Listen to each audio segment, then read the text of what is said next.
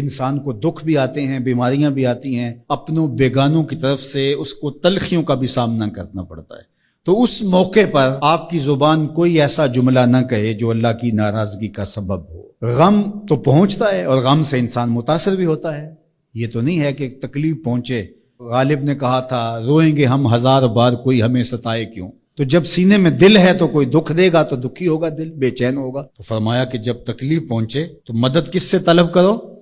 صبر سے، کہ اللہ مجھے توفیق صبر دے۔ روایت ہے کہ سلمان رضی اللہ تعالی عنہ حاضر ہوئے اور ان کے چہرے کے اوپر کوئی ایسے آثار تھے کہ جس طرح بہت بڑی پریشانی ہو۔ تو ان کو کہا کہ تمہارا جو دکھ ہے وہ اس کو کہو جو دکھ کا مداوع کر سکتا ہے، غم اسے کہو جو غم خار ہو، جو غم خار ہی نہ ہو اسے غم کہنے کا فائدہ۔ بعض اوقات لوگ خام خواہ بے چین ہوتے کہ میں کو پوچھے تمہیں کیا ہے، چہرے کے اوپر جو ہے وہ خشونت سجائے، چہرے کے اوپر جو ہے وہ اداسی سجائے۔ آپ کو صدمہ پہنچے تو بعض اوقات ٹھیک ہے، انسان بے بس ہو جاتا ہے، اس کے چہرے بچھڑے سے اس کا ظہور بھی ہوتا ہے، لیکن کچھ ایسی چیزیں جو چھپائی جا سکتی ہیں اس کو چھپائیں۔ ہنس کے پیجا تلخی ایام کو ناصر، غم کے سہنے میں بھی قدرت نے مزہ رکھا ہے۔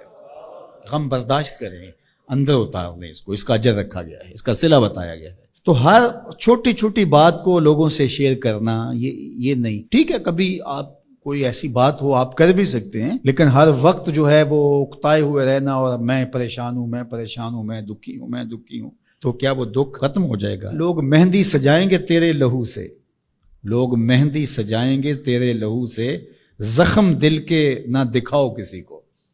لوگ تو اس سے طرح مذاق بھی اڑائیں گے، اور جب تم ہنستے ہو تو زمانہ تمہارے ساتھ ہنستا ہے، اور جب تم روتے ہو تو زمانہ تمہارے ساتھ نہیں روتا۔ اس لیے یہ آنسو بڑے قیمتی ہیں، وہی بہاؤ جہاں شان کریمی موتی سمجھ کے چن لے۔ یوں ضائع نہ کرو، یوں ان کو برباد نہ کرو، لوگوں کے سامنے رسوا نہ کرو اپنے آپ کو۔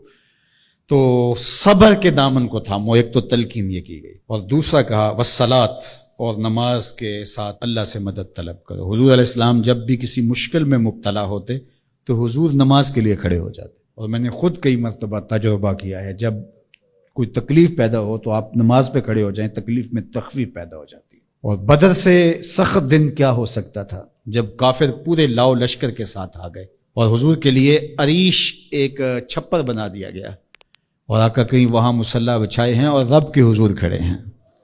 مشکل کے وقت جب کوئی سبب نہ رہے تو اس کے حضور آ جاؤ، وہ تمہاری ضرورتوں کا کفیل ہے۔ وَإِنَّهَا لَكَبِيرَةٌ إِلَّا عَلَى الْخَاشِعِينَ، اور یہ بہت بھاری ہے نماز پڑھنا اور صبر کرنا، لیکن جو اللہ کا خوف سینے میں پالنے والے لوگ ہیں، رکھنے والے لوگ ہیں، ان کے لیے مشکل نہیں ہے۔ بچے کو صبح اٹھائیں آپ نماز کے لیے تو وہ اٹھتا ہی نہیں ہے، بار بار کہہ کے اس کو اٹھانا پڑتا ہے، اور اس نے سوات کی سیر کے لیے جانا ہو اور دوستوں کو ٹائم دیا ہو، تہجد کے وقت ہی تیار ہو کے بیٹھ جاتا ہے۔ اس کا مطلب ہے کہ اس کو نماز کا شوق نہیں ہے، اس کا شوق تھا، جس کا شوق تھا اس کے لیے اٹھنا بھاری نہ ہوا۔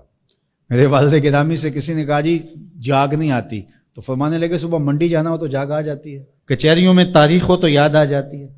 منڈی جانا یہ تمہاری بدنی ضرورت ہے بچوں کے پالنے کے لیے، اپنی ضرورت کے لیے۔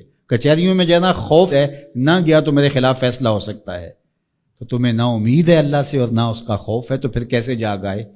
اور کسی نے کہا کہ حضور نماز پڑھنا چاہتا ہوں، جاگ نہیں آتی۔ اللہ اکبر، کہنے لگے ارادہ اگر پکا ہو تو نیند نہیں آتی، بار بار اٹھ کے ٹائم دیکھتے ہیں وقت تو نہ گزر جائے۔ اللہ اکبر۔ تو فرمایا یہ بھاری ہے لیکن خاشعین کے لیے بھاری نہیں ہے، خشیت خدا سینے میں نہیں ہے، اللہ کا خوف سینے میں نہیں ہے، تو واقعی صبح کا اٹھنا بہت زیادہ بھاری ہے، بہت زیادہ مشکل ہے، لیکن جو خشیت والے ہیں ان کے لیے مشکل نہیں ہے۔ یہ مان لیا کہ صبح کا اٹھنا، سحری کا اٹھنا نفس پہ شاک ہے، لیکن اگر کسی کی زندگی کی لذت اس میں رکھ دی گئی ہو، اللہ اکبر، تو پھر اس کے لیے مشکل تو نہیں ہوگا۔ راہ خدا میں تکلیف اٹھانا مشکل صحیح، لیکن زندگی کا سرور اس میں رکھ دیا گیا ہو۔ وہ مزہ دیا تڑپ نے میری آرزو ہے یا رب، میرے دونوں پہلوؤں میں دل بے قرار ہوتا۔